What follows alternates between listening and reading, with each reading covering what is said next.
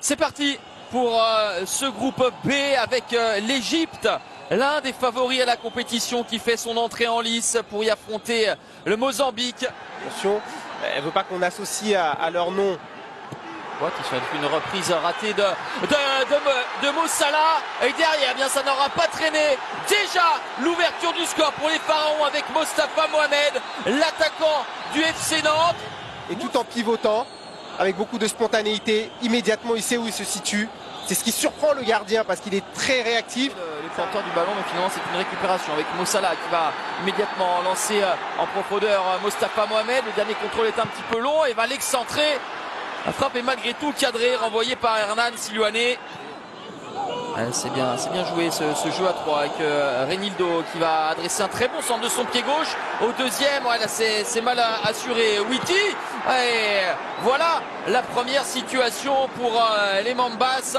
Briquet pour se mettre à l'abri avec pour l'instant Mo Salah qui essaye d'adresser ce ballon avec le poteau qui va sauver Hernan. Bien joué, ça aussi.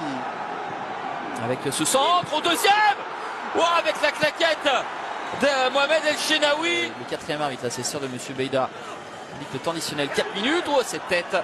Finalement, on va passer relativement loin du cadre, mais on a des clients. On a l'impression qu'ils sont relâchés, qu'ils jouent tranquillement, mais c'est leur manière de gérer.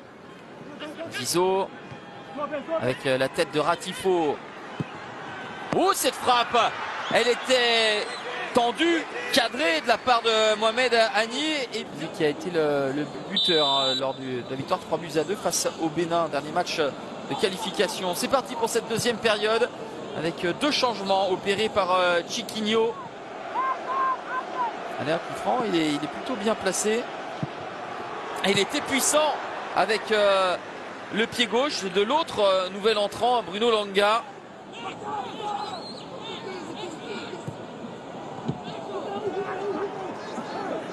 Makanza, Domingos Makanza va adresser ce centre. Quel centre et quel coup de tête! Mohamed El Shenaoui n'a rien pu faire. Alors même si Makanza n'a pas la qualité d'un Mo Salah ou d'un joueur de classe mondiale, tout footballeur professionnel est quand même capable de donner un bon ballon, surtout que lui il est à son poste de latéral droit.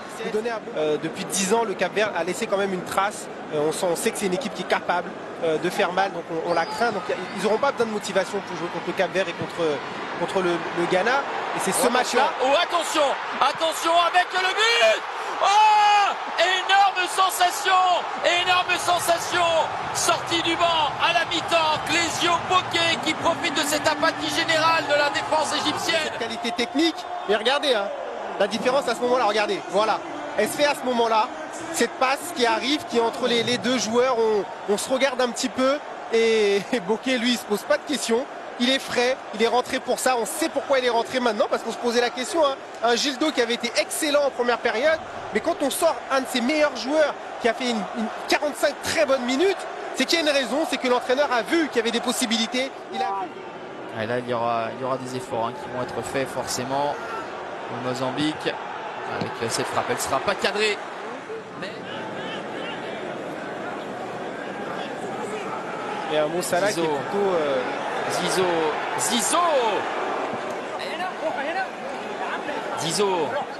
qui va fixer et décaler Hamdi, le centre d'Hamdi, ou avec le poteau qui va sauver Hernan. C'est Hamdi Fati qui était venu couper la trajectoire. C'est pour Achour. Non, pas de faute, le ballon revient dans les pieds de Zizo dans la surface de réparation avec la tête de Dové. La mauvaise relance.